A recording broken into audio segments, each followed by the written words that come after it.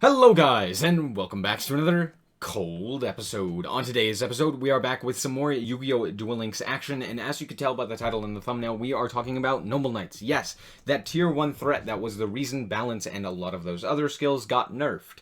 Let's talk about them. First of all, I'm running the Fields of Warrior because it has, because it's good, but if you wanted to play more Parallel Twister, or if you have more Parallel Twister, play them, and instead play Light Barrier. Just, that's all you need to know. Anyway, let's quickly do a card by card. First of all, we have Medrot, the main combo piece. This allows you to summon out another Noble Knight monster if you do not control another monster, if this is the only card you control. However, it does require an equip spell for it to be activated. Then we have Dristan, which is when a card is equipped to it once per turn, you can pop a face-up card in the field. Merlin allows you to go into any Noble Knight monster from your deck. So, you normal summon Merlin, you tribute it off, and then you summon out Medrot, and you got your combo started. Medrot is your main combo piece. If this gets interrupted, you're screwed. You want to go first with this deck, by the way. Also, Merlin has a secondary effect where it can XZ summon on on either player's turn. Quick effect speed. Really useful. Also, while it's in the grave, that's what Merlin does. Sorry. Noble Knight Brothers is really good for allowing you to shuffle 3 cards into the deck to draw an extra card. 3 Noble Knight and or Noble Arms cards into the grave, or from the grave into the deck. So, Boars is the second combo piece, and most of the time what you will be going into with your Medrot. The reason for this is because when it has an equip spell equipped to it, you can search out 3 Noble Arms cards. Most of the time what you will be searching out is Gwynnefer and the 2 traps. Both of them have graveyard effects. Gwynnefer allows you to equip it from the graveyard to a Noble Knight, and until Noble Arms are needed once again, allows you to special summon after the turn it was sent to the graveyard, a Noble Knight monster. So, from the deck, specifically. And also, it can't already be in the graveyard. Meaning, if you have a Medrot in the graveyard, you can't summon a Medrot with the effect of until Noble Arms are needed once again. There you go. Moving on. We have these spells and traps. We have Parallel Twister. We have Glory of the Noble Knights, which is just a way to get into all of these at quick effect speed. Then we have Arf, which pops a set spell or trap with the cost of a 500 attack from your monster. We have Caliburn, which increases the attack of your monster by 500 and can be activated to gain 500 life points, which does end up mattering quite a bit. Gallatin, which increases by 1,000 the attack of your monster, which is really nice, but it does decrease by 200 during each of your standby phases. And Destiny, there's a reason we're playing 2 of this. It is the most important. It protects you from destruction once per turn. It's really, really solid. It allows you to have some semblance of protection when you go into your boss monsters. Now, quickly, let's talk about the boss monsters. First of all, we have the rank 5 Sacred Noble Knight of King Artorigus. Now, how do we get into a rank 5? Well, Medrot, when it has an equip spell equipped to it, gains a level and becomes dark, as well as Boars. Meaning, if you have both of these on the field and both of them have an equipped spell card, either Gwynnefer or any of the other Noble Arms, you are able to go into Artorigus. Artorigus, what this card does is it can detach material to pop a card on, or to pop a monster on the field, as well as it has a floating effect. So if it gets sent to the graveyard, you can target one of your cards, or one of your Noble Knight monsters in the grave, and special summon it onto the field. Really, really solid. Also, when it is summoned, you can equip up to 3 Noble Arms equipped spell cards with different names onto the card. So, if you have a Destiny, a Gallatin, and an Arf, you can equip all of them onto this card and make him a real beefy boy. Talking about the second boss monster, we have Custenine. Custenine returns cards equal to the number of detached materials, and you can use as many level 4 Noble Knights as you want. So if, for example, they have 3 monsters on the field, or something like that you want to get rid of, you can attach all 3 of your monsters onto this card and then send all 3 back. Really good. It's a solid follow-up, and it also has a floating effect where if it is sent to the graveyard, you can special summon a Noble Knight XZ monster from the extra deck except for Custoning, obviously, and then attach this card from the graveyard to that monster. Really good to go into like Artorigus or something like that. However, do keep in mind, because this card moves from the graveyard as part of the effect, it does get negated by something like Necro Valley. Do keep that in mind. Anyway, I believe that's it. Oh, no, we have the last one, Artorigus, King of the Noble Knights, which does the same thing that Sacred Noble Knight of King Artorigus does, where it equips up to three unique spells and traps to the card, and then it can non-target destroy cards spells and traps up to the number of spells or noble arms that are on the field. So there you go, really solid. And then these two are just tech options. There you go, that's the deck. Let's hop into some replays, see how this deck works. Alright, so here we have our first matchup against my Valentine, which most likely means that we are going to be playing up against Harpies. However, we end up getting to go first, which is hugely important for us, because that allows us to go into our full combo. And here we have the full combo. We have an equip spell and Medrot, which means we get to pop off. We're going to activate Glory of the Noble Knights. We're going to equip Caliburn. Caliburn's effect is going to activate, gaining us 500 life points. Medrot's effect is going to activate. We're going to pop the Caliburn. The Caliburn's effect is going to activate, equipping to the Boars. The Boars is going to, Caliburn is going to activate 500 more life points. Boars is going to activate. We're going to reveal 3 cards. Since we already have one of the traps in our hand already, we are only going to be able to reveal one of the traps. However, that does mean that we are able to get Destiny into our hand and into rotation. Destiny is really solid and definitely the best Noble Arms card, because it does protect you once per turn, and just having it in rotation is super solid. So here we go. I am going to equip Destiny onto our Medrot. We are going to XZ into our King Artorigus. Then we are going to equip both of the equip spell cards onto our King Artorigus, and we're going to use Caliburn's effect for a grand total of 1,500 additional life points this turn. We are now at 5,500, and we are able to set our Noble Arms until Noble Arms are needed once again. Then we are going to activate it and reveal the top 2 cards, which is its primary effect. We're going to reveal the top 2 cards, add one of them to the hand.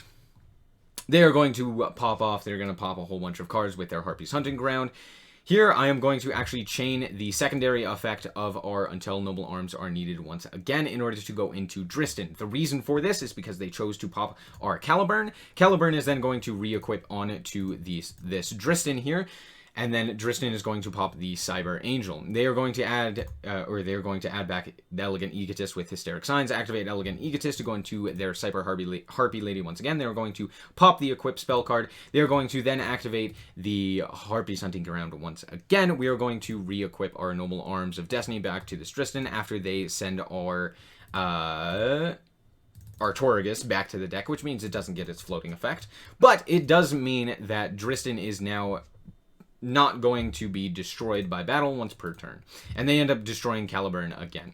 However, here we have Noble Knight Brothers, which allows us to summon up the Boars once again, and then we are going to shuffle back 3 in order to draw another card. Let's see what we end up drawing. We ended up drawing into Merlin. We're going to go for a Custanine for 2. They are going to Miyabi. They are going to shuffle back the Dristin, which was definitely the mistake, and then they actually return it back to the hand instead of sending it to the bottom of the deck.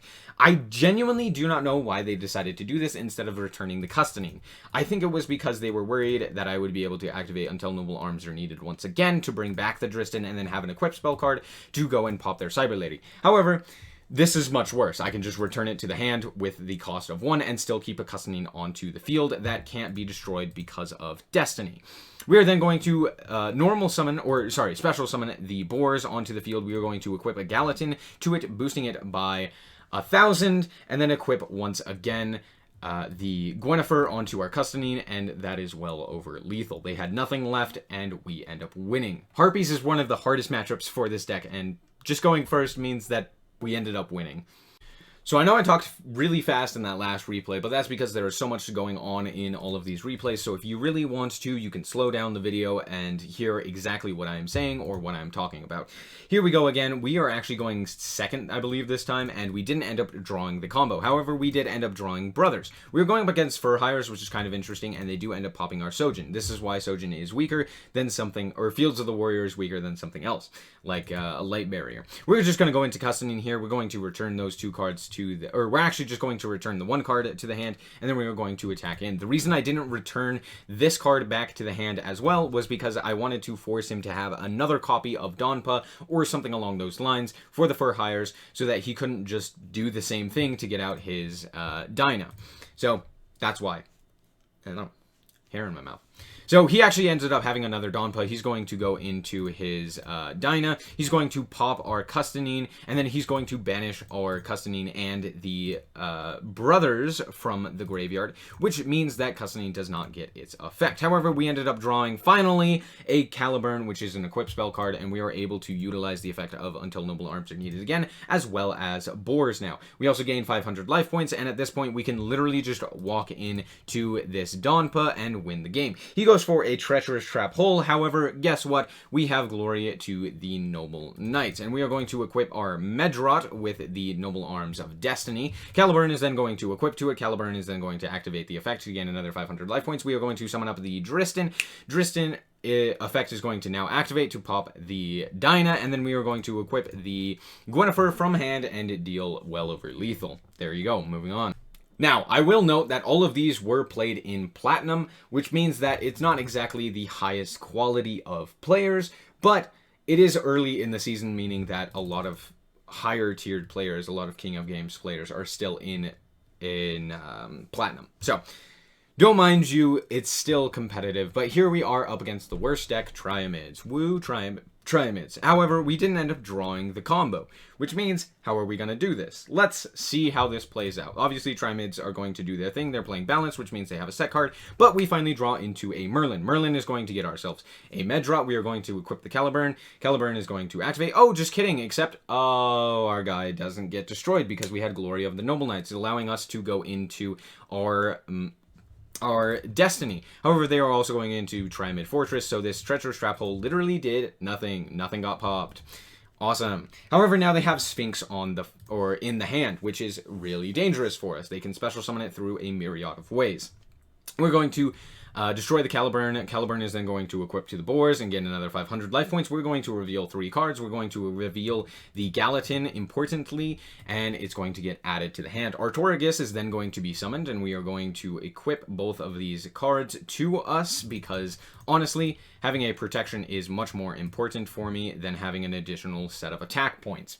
I don't really care here if they are able to summon up this Sphinx, so we're just going to attack right into it because, honestly, we can just summon a Dristin and pop it, forcing them to utilize their field spell that prevents things from being destroyed by card effect. However, the more that we are able to recycle through their own cards and their protection, the better it is. So we're going to take 1100 life points, which honestly doesn't end up mattering too much. We're going to summon up Dristin here as well, and then we are going to go for the Parallel Twister, sending the Sojin to destroy this back row. They are going to destroy our Dristin, which honestly kind of sucks, but it's not that big of a deal. Artorigus can do the same thing that Dristin does, pops the Sphinx, but it doesn't allow us to pop like the field spell or anything like that. We're going to summon up the Noble Knight Brothers. We're going to shuffle back 3 cards to draw a card. We ended up drawing into Medrot. Doesn't really matter. We're going to normal summon that, go into Custanine, and we are going to try to return some cards. Now, Triamid Hunter is going to activate in order to send a card to the graveyard to summon